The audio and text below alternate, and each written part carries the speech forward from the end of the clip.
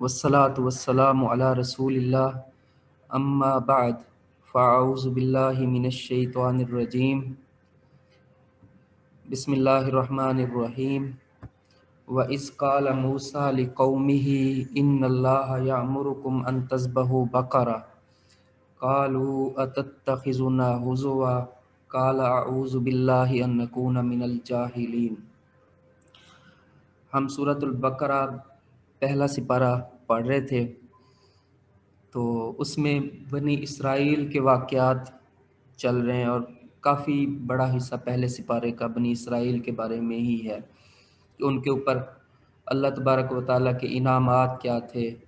اور ان انعامات کے بدلے میں ان کا رویہ اور ان کا طریقہ کیا تھا۔ تو یہاں تک ہم پہنچے تھے کہ آزمائش کے طور پر بنی اسرائیل کے اوپر ایک حکم موسیٰ علیہ السلام نے یہ جاری کیا، وَإِذْ قَالَ مُوسَىٰ، اور جب کہا موسیٰ نے، لِقَوْمِهِ اپنی قوم سے، اِنَّ اللَّهَ بے شک اللہ تعالیٰ، یَأْمُرُکُم تمہیں حکم دیتا ہے، ان تذبحوا کہ تم ذبح کرو، بقرہ ایک گائے کو، قالوا تو وہ کہنے لگے، یعنی ان کی قوم کہنے لگی، اتتخذونا ہزوا کیا آپ بناتے ہیں ہمارا مذاق یا ہمارے ساتھ مذاق، قال اعوذ باللہ تو کہا موسیٰ علیہ السلام نے، میں اللہ کی پناہ میں آتا ہوں، ان اکون من الجاہلین اس بات سے کہ میں جاہل لوگوں میں سے ہو جاؤں۔ تو موسیٰ علیہ السلام کو اللہ تعالیٰ نے حکم دیا کہ چونکہ ان کے اندر گائے کے تقدس کا اور اس کے ساتھ محبت کا ایک رشتہ قائم ہوا ہے، اور اس لیے انہوں نے بچڑے کو معبود بنا لیا ہے، تو ان کو حکم دیں کہ یہ گائے کو ذبح کریں۔ تو موسیٰ علیہ السلام نے ان کو یہ حکم دیا تھا کہ ان کے دل سے وہ جو گائے کا ایک تقدس تھا اور گائے کی بہت زیادہ اہمیت انہوں نے اپنے ذہن میں بٹھا لی تھی، تو اس پہ انہوں نے کہا، موسیٰ علیہ السلام نے جب حکم دیا کہ گائے ذبح کریں، سادہ سا حکم تھا، تو آگے سے کہنے لگے کہ کیا آپ ہمارا مذاق اڑاتے ہیں، گائے بھی ذبح ہو سکتی ہے؟ تو موسیٰ علیہ السلام نے کہا کہ میں اللہ کا نبی ہوں، کوئی ایسا حکم نہیں دے سکتا جو مذاق اڑانے کے مترادف ہو یا جس میں کسی قوم کا مذاق ہو۔ یہ تو اللہ کی طرف سے حکم ہے اور اس میں تمہاری آزمائش ہے۔ ساتھ انہوں نے کہا میں اس بات سے بھی اللہ کی پناہ چاہتا ہوں کہ میں جاہل لوگوں میں سے ہو جاؤں۔ تو اس کا مطلب ہے کہ جو بندہ دین کے احکامات کا مذاق اڑاتا ہے، یہ چیز جہالت ہے۔ تو دین کے چیزوں کے بارے میں، دین کے احکامات کے بارے میں، شریعت کے جو بڑے بڑے شعائر ہیں یعنی نشانیاں ہیں، ان کے بارے میں مذاق نہیں اڑانا چاہیے، نہیں کرنا چاہیے۔ تو یہاں اسی بات کا ہے کہ موسیٰ علیہ السلام نے کہا اگر میں مذاق کرتے ہوئے تمہیں کوئی حکم دے دوں تو یہ نبی کی شان کے خلاف ہے، یہ تو جاہلوں کا طریقہ ہے۔ تو پھر انہوں نے جب دیکھا کہ یہ تو قطعی حکم ہے اور ہمیں یہ کام کرنا پڑے گا، تو اب انہوں نے اس سے بچنے کے لیے مختلف سوالات گھڑنے شروع کیے۔ قالوا ادع لنا، کہنے لگے موسیٰ علیہ السلام آپ دعا کریں ہمارے لیے، ربک اپنے رب سے، یبین لنا کہ وہ ہمارے اوپر واضح کر دے، ما ہیا کہ یہ گائے کیسی ہونی چاہیے، اس گائے کی کچھ اور تفصیلات ہمیں مہیا کرے تاکہ ہم یہ کام کر سکیں۔ قال انہ یقول، تو موسیٰ علیہ السلام نے انہیں جواب دیا کہ وہ یعنی میرا رب یقول وہ کہتا ہے، انہا بقرۃ یہ ایک ایسی گائے ہو، لا فارض نہ بہت زیادہ بوڑھی ہو، ولا بکر اور نہ ہی بالکل جوان یا چھوٹی عمر کی ہو، اوان بین ذالک ان کے درمیان یعنی ہو، ان دونوں عمروں کے درمیان کی عمر میں ہو، نہ بہت بوڑھی اور نہ بالکل چھوٹی سی بچڑی ہو، بلکہ جوانی کو پہنچی ہوئی ایک صحت مند جو گائے ہے وہ ہو۔ فَافْعَلُوا مَا تُؤْمَرُونَ پس عمل کرو یا کر گزرو وہ کام جس کا تمہیں حکم دیا جاتا ہے۔ تو موسیٰ علیہ السلام نے ان کو کہا کہ ایک اچھی عمر کی صحت مند گائے جو ہے اس کو ذبح کر دو اور اللہ کے حکم کو پورا کر دو۔ اب وہ چونکہ کرنا نہیں چاہتے تو پھر اگلا سوال انہوں نے کر دیا، قالوا ادع لنا، کہنے لگے کہ آپ دعا کریں ہمارے لیے، ربا کا اپنے رب سے، یبین لنا کہ وہ اور ہمارے لیے واضح کر دے، ما لونھا اس گائے کا رنگ کیسا ہو۔ اب وہ کوئی بھی گائے لیتے پہلے حکم کے بدلے میں تو اس سے ذبح کر دیتے، اللہ کا حکم پورا ہو جاتا۔ اب وہ مزید ہر سوال کر کے اپنے آپ کو مشکل میں ڈالتے جا رہے تھے کیونکہ ان کا دل ہی نہیں تھا بات ماننے کا۔ تو اب کہنے لگے کہ اچھا چلیں رب سے یہ پوچھیں کہ اس کا رنگ کیسا ہو، کلر کیسا ہو. قال انہ یقول، موسیٰ علیہ السلام نے کہا، اللہ تعالیٰ فرماتے ہیں انہا بقرۃ، وہ ایک گائے ہو، صفراء، زرد رنگ کی ہو، فاقع لونھا، اس کا رنگ پکا ہو، پکا زرد رنگ ہو، تسر الناظرین، اور خوبصورت ہو جو دیکھنے والوں کو اچھا محسوس ہو. تو ایک اور شرط آ گئی جب انہوں نے سوال کیا کہ وہ زرد رنگ ہو اور پکا پختہ زرد رنگ ہو اور دیکھنے میں بھی اچھی لگتی ہو، تو اب ایسی گائے ڈھونڈو. ان کے لیے جو وہ اعتراض کے طور پر سوال کرتے جا رہے تھے کہ ہم اس سے بچ جائیں، تو اللہ تبارک و تعالیٰ اپنی شرائط عمل کرنے کے لیے سخت کرتا جا رہا تھا اور ان کے اوپر عمل خود مشکل ہو رہا تھا. تو اس کے اوپر بھی انہوں نے کہا قالوا ادع لنا، اے موسیٰ آپ دعا کیجئے ہمارے لیے، ربا کا، اپنے رب سے، یبین لنا ما ہی، ہمیں واضح کر کے بتائیں کہ یہ کیا ہو، کس طرح کی ہو. ان البقرہ، بے شک یہ جو گائے ہے، تشابہ علینا، ہمارے اوپر مشابہ ہو گئی ہے، یعنی گڈمڈ ہو گئی ہے، ہمیں سمجھ نہیں آ رہی کہ ہم کس طرح کی گائے ذبح کریں. وَإِنَّا، اور ہم بے شک، انشاء اللہ، اگر اللہ تعالیٰ چاہے گا، لمہتدون، ضرور ہم ہدایت پر پہنچ جائیں گے، یعنی ہم اس گائے تک پہنچ جائیں گے اور اس کو ذبح کرنے میں کامیاب ہو جائیں گے. قال انہ یقول، تو موسیٰ علیہ السلام نے کہا کہ وہ رب فرماتا ہے انہا بقرۃ، یہ ایسی گائے ہونی چاہیے، لا ذلول تثیر الارض، کہ وہ نہ جوتی گئی ہو ہل چلانے کے لیے زمین میں، ولا تسقل حرثا، اور نہ وہ کنویں کے اوپر جوتی گئی ہو کہ کھیتی کو پانی پلایا ہو اس نے، مسلمتن، صحیح سالم ہو، صحت مند اور اچھے جسم کی ہو، لا شیعۃ فیہا، اور اس میں زرد رنگ کے علاوہ کسی رنگ کی ملاوٹ بھی نہ ہو. تو جب اتنی شرطیں ان کے اوپر آ گئیں تو اب کہنے لگے قالوا الآن جئت بالحق، کے کہنے لگے اب حق بات ہم تک پہنچی ہے، اب ہمیں سمجھ آئی ہے صحیح بات کی کہ کس طرح کی گائے ہونی چاہیے. پھر انہوں نے اس گائے کو بالآخر تلاش کیا اور نہ چاہتے ہوئے فذبحوہا، اسے ذبح کر دیا. وما کادوا یفعلون، اللہ کہتا ہے کہ حالانکہ وہ اسے کرنے، وہ قریب نہیں تھے کہ یہ کام کریں، یعنی وہ چاہ نہیں رہے تھے، لیکن وہ جتنی جان چھڑانا چاہتے تھے اتنا ان کے لیے احکامات آتے گئے، کیونکہ اللہ تبارک و تعالیٰ چاہتا تھا کہ ان کے دلوں سے جو گائے کے تقدس کا اور اس کو بڑا سمجھنے کا اور اس کی عبادت کا ایک عقیدہ بیٹھ گیا، اس کو نکالنا ہے. تو بڑی مشکل سے انہوں نے اس گائے کو ذبح کیا. اس میں جو ہمارے لیے نصیحت ہے وہ یہ ہے کہ جو دین کے معاملات ہیں نا، ان میں جب تک وحی نازل ہو رہی تھی تو بے جا سوالوں سے منع کیا گیا. قرآن مجید میں سورۃ مائدہ میں ہے، رسول اللہ صلی اللہ علیہ وسلم کو اللہ تعالیٰ، یعنی مومنین کو اللہ تعالیٰ نے یہ بات کی کہ تم ایسی چیزوں کا بے مقصد سوال نہ کرو کہ اگر وہ تمہارے اوپر ظاہر کر دی جائیں، یعنی اللہ کی طرف سے اس کے لیے احکامات جاری ہو جائیں تو تمہارے لیے ان پر عمل کرنا مشکل ہو جائے. تو جب بندہ ایک سادہ سی بات کو پھر سوال کر کے اور توجیحات کر کے اور طویلات کر کے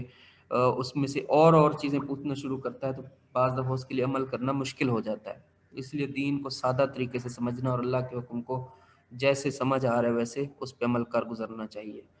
تو یہ اللہ تعالیٰ نے ایک واقعہ بیان کیا کہ کس طرح وہ تعویل کرتے تھے. وَإِذْ قَتَلْتُمْ نَفْسًا، اب جب انہوں نے گائے کو ذبح کیا تو اسی وقت ان کی قوم کے اندر ایک واقعہ پیش آیا. تو اب اللہ تعالیٰ کی جو حکمت تھی وہ یہاں پہ ظاہر ہو رہی ہے کہ گائے کو ذبح کرنے میں پہلی حکمت تو یہ تھی کہ ان کے دلوں سے اس کی جو محبت تھی اسے نکالا جائے. وَإِذْ قَتَلْتُمْ نَفْسًا، اور جب تم نے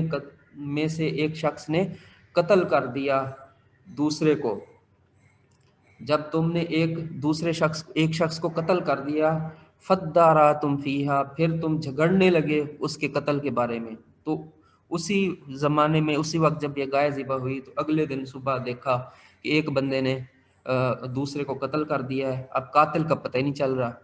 تو جو جانتے تھے، جنہیں پتہ تھا، انہوں نے بات کو چھپا دیا. تو وہ آپس میں جھگڑنے لگے کہ اس نے قتل کیا، اس نے کیا. اللہ تعالیٰ کہتا ہے واللہ مخرجن، اور اللہ تعالیٰ نکالنے والا تھا اس بات کو، اس حقیقت کو، ما کنتم، تھے تم، تکتمون، جس کو چھپاتے. وہ اس قاتل کو چھپانا اور بچانا چاہ رہے تھے، اللہ تعالیٰ اس قاتل کو ظاہر کرنا چاہ رہا تھا. تو اللہ تعالیٰ نے حکم کیا دیا، فَقُلْ نَضْرِبُوهُ بِبَعْضِهَا، ہم نے کہا کہ اس گائے کا جو تھوڑا سا گوشت ہے اس کو اس مردہ کے ساتھ لگا دیں. تو اللہ تعالیٰ کے اس کو حکم پر جب وہ ٹکڑا گوشت کا انہوں نے اس بندے کو مارا یا اس کے جسم پر لگایا تو وہ جو ہے زندہ ہو گیا مردہ کزال، تو اس نے اپنے قاتل کا واضح واضح سارا کچھ بتا دیا کہ یہ شخص تھا جس نے مجھے قتل کیا ہے۔ کذالک یحیی اللہ الموتیٰ، کذالک اسی طرح یحیی ہم زندہ کریں گے، یحیی اللہ اللہ زندہ کرے گا الموتیٰ مردوں کو۔ تو اللہ تعالیٰ نے کہا کہ ایک تو اس کے اندر یہ حقیقت تھی کہ اس نے بتا دیا نا کون یعنی میرا قاتل ہے، سارا تفصیلات کے ساتھ قوم کو، اور وہ جھگڑا ختم ہو گیا۔ دوسرا اللہ نے یہ کیوں کیا اس مردہ کو زندہ، تاکہ اللہ تعالیٰ اس قوم کے سامنے یہ واضح کر دے۔ وہ بہت زیادہ سوال کرتے تھے، بہت اعتراض کرتے تھے، تو ان کے اندر ایک اعتراض یہ بھی تھا ان کے ذہنوں میں کہ کیسے ہمیں دوبارہ زندہ کیا جائے گا، قیامت قائم ہوگی اور ہمارے حساب کتاب ہوں گے۔ تو اللہ نے کہا کہ جس طرح میں نے اس شخص کو تمہارے سامنے زندہ کر دی ہے، اسی طرح تمہیں بھی میں قیامت والے دن تمہارے مردوں کو بھی زندہ کر دوں گا۔ وَيُرِيكُمْ آيَاتِهِ، اور یہ اس لیے بھی تھا کہ وہ تمہیں اپنی نشانیاں دکھائے۔ تو یہ بہت بڑی نشانی تھی اللہ تبارک و تعالیٰ کی قدرت کی اور طاقت کی اور اس کے اختیار کی کہ اس نے ان کے سامنے ایک مردہ کو زندہ کیا اور اس نے حقیقت کو واضح کر دیا۔ لَعَلَّكُمْ تَعْقِلُونَ، تاکہ تم عقل کرو، سمجھو اور اللہ تعالیٰ کے دین کے اوپر عمل کرو۔ تو یہ پھر جب گائے کے ساتھ یہی واقعہ بھی پیش آیا، اس کی بہت ساری مختلف تفسیریں لوگوں نے کی ہیں، لیکن اصل سادہ سا یہی مطلب ہے کہ گائے کا تقدس ان کے ذہنوں سے نکالنا تھا، کیونکہ وہ بچڑے کی عبادت کے ساتھ گائے کو بھی مقدس جانتے تھے، اور ساتھ اللہ تبارک و تعالیٰ نے مردوں کو زندہ کرنے کا عقیدہ بھی ان کو سمجھانا تھا، تو اس لیے یہ واقعہ پیش آیا۔ ثم قست، پھر سخت ہو گئے، قلوبکم تمہارے دل، من بعد ذالک اس کے بعد، یعنی اتنا بڑا واقعہ دیکھنے کے بعد تمہارے دل سخت ہو گئے اور تم نے پھر بھی اللہ تبارک و تعالیٰ کی باتوں کو تسلیم نہیں کیا۔ فہی کالحجارۃ، پس وہ ہو گئے جیسے کہ پتھر ہوتے ہیں، پتھروں جیسے ان کے دل ہو گئے۔ او اشد قسوہ، یا سختی میں پتھروں سے بھی بڑھ کر ہو گئے۔ وَإِنَّ مِنَ الْحِجَارَةِ، اور بے شک پتھروں میں سے کچھ ایسے ہیں، لَمَا يَتَفَجَّرُ مِنْهُ الْأَنْهَارُ، جن میں سے پھوٹ پڑتی ہیں نہریں۔ وَإِنَّ مِنْهَا، اور ان پتھروں میں سے کچھ ایسے ہیں، لَمَا يَشَقَّقُ، جو ٹوٹ جاتے ہیں، پھٹ جاتے ہیں، فَيَخْرُجُ مِنْهُ الْمَاءُ، اور ان میں سے پانی بہہ نکلتا ہے۔ وَإِنَّ مِنْهَا، اور ان پتھروں میں سے کچھ ایسے ہیں، لَمَا يَهْبِطُ، کہ جو گر پڑتے ہیں، من خشیت اللہ، اللہ کے خوف کی وجہ سے۔ وَمَا اللَّهُ بِغَافِلٍ عَمَّا تَعْمَلُونَ، اور اللہ نہیں ہے غافل ان باتوں سے یا ان کاموں سے جو تم کر رہے ہو۔ تو اللہ تعالیٰ نے کہا کہ اتنی نشانیاں دیکھنے کے بعد، اتنی باتیں واضح ہونے کے بعد بھی وہ نہیں مانے اور ان کے دل سخت ہو گئے، اور اتنے سخت ہو گئے جس طرح پتھر سخت ہوتا ہے۔ پھر اللہ تبارک و تعالیٰ نے اپنی مخلوق میں سے پتھروں پہ بھی رحم کرتے ہوئے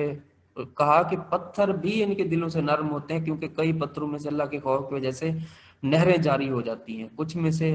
جو ہے وہ پانی نکلنا شروع ہو جاتا ہے، اور کچھ اللہ کے خوف سے اوپر سے نیچے گر پڑتے ہیں۔ تو اس میں ایک سمجھنے والی بات ہے کہ ہم یہ سمجھتے ہیں کہ صرف انسان ہی جو ہے وہ، یا مخلوقات، جاندار مخلوقات کے اندر ہی شعور ہے، جبکہ اللہ تعالیٰ نے بیان کیا ہے کہ جو عبادت ہے نا، اللہ کی تسبیح، پاکیزگی بیان کرنا، یہ اس کی تمام مخلوقات کرتی ہیں، بے شک ہمارے اعتبار سے وہ بے جان ہی کیوں نہ ہوں۔ انسانی ذہن ان چیزوں کو بے شک نہ سمجھ سکے، لیکن ہمارا مسلمانوں کا عقیدہ یہی ہے کہ جو چیزیں اللہ نے بیان کی ہیں وہ ویسے ہی ہیں۔ قرآن میں موجود ہے، سورۃ بنی اسرائیل میں ایک جگہ پہ ہے، وَإِن مِّن شَيْءٍ إِلَّا يُسَبِّحُ بِحَمْدِهِ، بے شک جو بھی چیز دنیا میں ہے وہ اللہ کی پاکیزگی کے ساتھ اس کی تعریف بیان کرتی ہے۔ وَلَٰكِن لَّا تَفْقَهُونَ تَسْبِيحَهُمْ، حالانکہ تم اس کی تسبیح کو سمجھ نہیں سکتے۔ تو ہر چیز اپنے اعتبار سے اللہ کی تسبیح بیان کر رہی ہے۔ اور ایک جگہ پہ ہے، أَلَمْ تَرَ أَنَّ اللَّهَ يُسَبِّحُ لَهُ مَن فِي السَّمَاوَاتِ وَالْأَرْضِ، کیا تم نے نہیں دیکھا کہ بے شک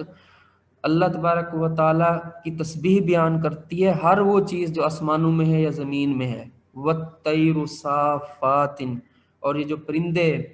پر پھیلائے ہوئے آپ کو نظر آتے ہیں اڑتے ہوئے، یہ بھی اللہ کی تسبیح بیان کرتے ہیں۔ کُلٌ قَدْ عَلِمَ صَلَاتَهُ وَتَسْبِيحَهُ،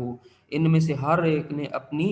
عبادت کے، نماز کے طریقے کو اور اللہ کی تسبیح بیان کرنے کے طریقے کو سیکھ لیا ہے۔ واللہ علیم بما یفعلون، اور اللہ جانتا ہے جو تم کرتے ہو۔ تو بہت ساری آیات ہیں جن کے اندر اس بات کو بیان کیا گیا، بلکہ یہ ایک آیت ہے جو میں آپ کے سامنے پڑھتا ہوں۔ وَلَمْ تَرَ أَنَّ اللَّهَ، کیا تم نہیں دیکھتے کہ بے شک اللہ تعالیٰ ہی وہ ذات ہے، یسجد لہ من فی السماوات و من فی الارض، سجدہ کرتے ہیں اس کے لیے ہر وہ مخلوق یا چیز جو آسمان میں ہے اور زمین میں ہے، والشمس، اور سورج اس کو سجدہ کرتا ہے، والقمر، اور چاند، والنجوم، اور ستارے، والجبال، اور پہاڑ، والشجر، اور درخت، والدواب، اور چوپائے یا جاندار چیزیں، وکثیر من الناس، اور اکثر لوگوں میں سے بھی، یعنی لوگوں کی اکثریت بھی اسی کو ہی سجدہ کرتی ہے۔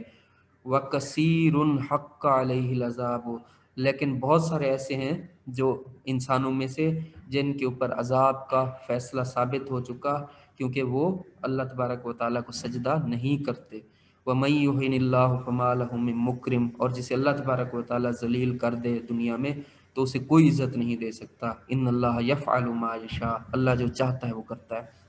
تو یہ قرآن مجید میں مخلوقات کی عبادت کو اللہ تعالیٰ نے مختلف انداز میں بیان کیا ہے۔ تو اس سے یہ بات سمجھ آتی ہے کہ چاہے ہمارا عقل اس کو تسلیم کرے یا نہ کرے، لیکن اللہ نے جو کہ بیان کیا ہم مانتے ہیں۔ تو اللہ نے کہا کہ بنی اسرائیل کے دل تو پتھروں سے بھی زیادہ سخت ہو گئے، اور بعض پتھر جو ہیں وہ تو اللہ تعالیٰ کے خوف سے گر پڑتے ہیں اور ان میں سے نہریں جاری ہو جاتی ہیں۔ تو آگے پھر انہی کے بارے میں ایک بات کیا، فَتَطْمَعُونَ، کیا تم طمع رکھتے ہو، ان یؤمنوا لکم، کہ وہ ایمان لیں تمہارے اوپر، یعنی مسلمان یہ خواہش رکھتے تھے، اور رسول اللہ صلی اللہ علیہ وسلم بھی اس بات کی خواہش رکھتے تھے کہ مسلمان ہو جائیں جو بنی اسرائیل ہیں یا یہودی ہیں۔ تو اللہ نے کہا کیا تم اس بات کا طمع رکھتے ہو، اس کی خواہش رکھتے ہو کہ یہ تمہارے اوپر ایمان لیں؟ وَقَدْ كَانَ فَرِيقٌ مِّنْهُمْ يَسْمَعُونَ كَلَامَ اللَّهِ، وَقَدْ كَانَ، اور ہے ہر دور میں ان میں سے ایک گروہ ایسا، فریق منہم، ان میں سے ایک گروہ ایسا ہے، یسمعون کلام اللہ، جو اللہ کے کلام کو سنتا ہے، ثم یحرفونہ من بعد، اور پھر بدل دیتا ہے بعد اس کے کہ ما اکلوہ، اس کو سمجھ چکا ہوتا ہے۔ یعنی آپ تو یہ خواہش رکھتے کہ یہ ایمان لے ہیں، حالانکہ ان میں سے ہمیشہ کچھ لوگ ایسے رہے ہیں جو اللہ کا کلام سنتے ہیں پھر اسے بدل ڈالتے ہیں، اور بدلتے بھی بعد اس کے ہیں کہ وہ اس کو سمجھ چکے ہوتے ہیں، وَهُمْ يَعْلَمُونَ، اور اس کو جان چکے ہوتے ہیں۔ وَإِذَا لَقُوا الَّذِينَ آمَنُوا، اور جب یہ ملتے ہیں ان لوگوں سے جو ایمان لائے، قَالُوا آمَنَّا، تو کہتے ہیں کہ ہم بھی ایمان لے آئے۔ وَإِذَا خَلَا بَعْضُهُمْ إِلَىٰ بَعْضٍ، اور جب یہ علیحدگی اختیار کرتے ہیں ایک دوسرے کے ساتھ،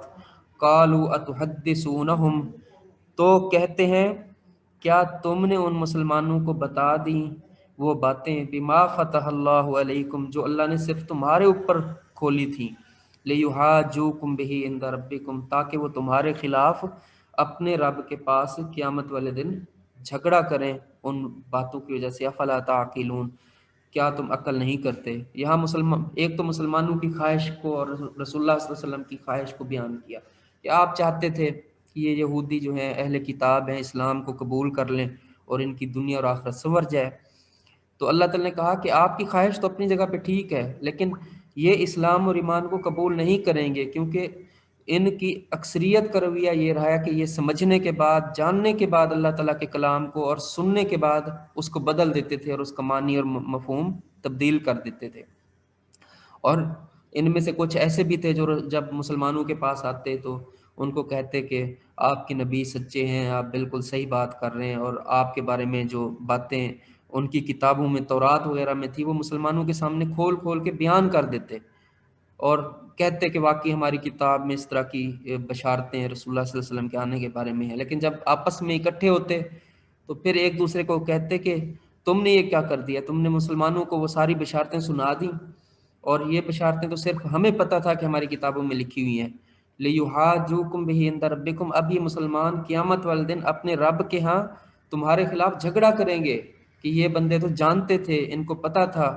اور یہ ساری چیزوں کو جانتے بوجھتے ہوئے اسلام کو قبول نہیں کرتے تھے، تو یہ تو تمہارے خلاف ہو جائے گا کام۔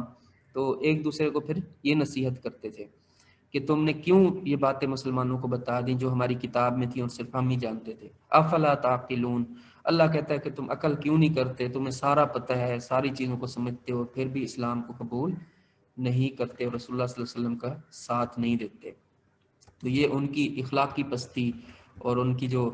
گمراہی ہے اس کا ایک لیول اللہ تبارک و تعالیٰ نے بیان کیا۔ اولا یعلمون، کیا وہ نہیں جانتے، ان اللہ، بے شک اللہ تعالیٰ، یعلم، جانتا ہے، ما یسرون، جس چیز کو وہ چھپاتے ہیں، وما یعلنون، اور جس کو وہ ظاہر کرتے ہیں۔ تو اللہ نے کہا کہ وہ کس کو دھوکہ دینے کی کوشش کر رہے ہیں کہ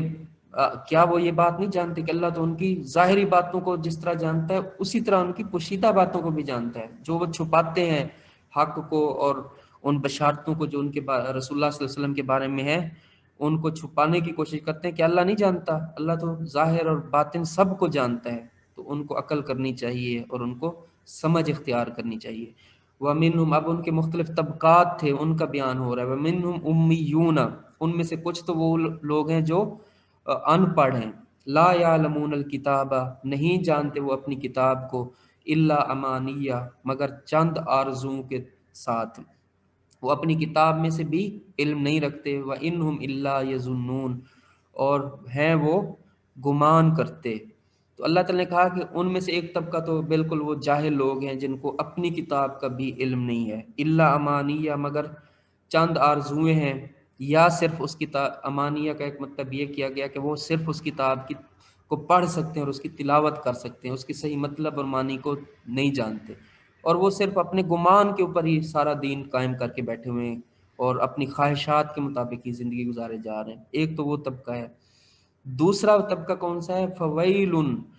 اور وہ بھی لوگ ہیں جن کے لیے بربادی اور ہلاکت ہو، للذین، وہ لوگ یکتبون الکتاب، جو لکھتے ہیں کتاب، بایدیہم، اپنے ہاتھوں سے، جو اپنے ہاتھوں سے باتیں بنا کر لکھ لیتے ہیں، ثم یقولون، پھر کہتے ہیں، ھذا من عند اللہ، کہ یہ جو ہے اللہ کی طرف سے ہے، لیشتروا بہ، تاکہ وہ کمائیں اس کے ذریعے، ثمنا قلیلا، بہت تھوڑا نفع، دنیا کا فائدہ یا قیمت۔ فویل لہم، پس تباہی اور بربادی ہے ان کے لیے، مما کتبت ایدیہم، جو ان کے ہاتھوں نے، اس وجہ سے جو ان کے ہاتھوں نے لکھا، وویل لہم مما یکسبون، اور ان کے لیے ہلاکت اور بربادی ہے اس وجہ سے جو وہ کماتے ہیں۔ تو اللہ نے یہاں دوسرے دو طبقوں کا ذکر کیا۔ ایک تو وہ ہے جن کو علم ہی نہیں ہے، وہ صرف کتاب کی خالی جو ریڈنگ ہے نا وہ کر سکتے ہیں، تو اللہ نے کہا کہ یہ تو بدگمانیوں پہ اور خواہشات پہ زندگی گزار رہے ہیں۔ دوسرا طبقہ پڑھا لکھا ہے، لیکن ان کا جرم ان سے بھی بڑا ہے، وہ یہ ہے کہ وہ اپنی طرف سے بات کو لکھ دیتے ہیں، پھر کہتے ہیں کہ اللہ کی طرف سے ہے، اور ان کا مقصد صرف دنیا کا تھوڑا سا نفع یا فائدہ حاصل کرنا ہوتا ہے۔ کسی کو اس کی مرضی کا فتویٰ دے دیا، کسی کو اس کی مرضی اور خواہش کے مطابق بات لکھ کے دے دی، اور کہا کہ یہ اللہ کی طرف سے، اللہ کی طرف منسوب کر دیا۔ اللہ نے کہا کہ جس کام میں یہ لگے ہوئے ہیں یہ بڑا تباہی اور بربادی کا کام ہے۔ فویل اللہ مما کتبت ایدیہم، ان کے لیے تباہی ہے اس وجہ سے جو ان کے ہاتھ لکھ رہے ہیں، یعنی اللہ کی کتاب کی بجائے اپنی طرف سے باتیں لکھ کے ان کو اللہ کی طرف منسوب کر دیتے ہیں۔ وویل اللہ مما یکسبون، اور ان کے اس کمائی کی وجہ سے یا کام کی وجہ سے جو کرتے ہیں ان کے لیے تباہی اور بربادی ہے۔ تو آج بھی مسلمانوں میں اور ہم یہ بات دیکھتے ہیں کہ اس طرح کے طبقات موجود ہیں۔ کچھ ایسے ہیں جو واقعی دین کو اور قرآن کو اور حدیث کو نہیں سمجھتے، علم بالکل نہیں ہے، تھوڑا بہت عربی زبان میں اس کو پڑھنا جانتے ہیں لیکن اس کے مفہوم اور مطلب سے بالکل ناواقف ہیں، تو وہ اپنی خواہشات کے ساتھ، اپنی مرضیوں کے ساتھ زندگی گزارتے ہیں۔ کچھ ایسے ہیں جو واقعی دین کو جانتے ہیں اور وہ اس کی تعویلیں کرتے ہیں اور لوگوں کو ان کی خواہشات کے مطابق فتوے لکھ کے دیتے ہیں۔ تو ایسے گمراہ کن لوگ بھی اس امت کے اندر موجود ہیں۔ اللہ تبارک و تعالیٰ ان کے فتنوں سے لوگوں کو بچائے۔ اصل بات یہ ہے کہ صرف اللہ کے دین کے اوپر ہی عمل کرنا چاہیے اور اللہ کی کتاب اور اس کے رسول کی سنت کو لے کر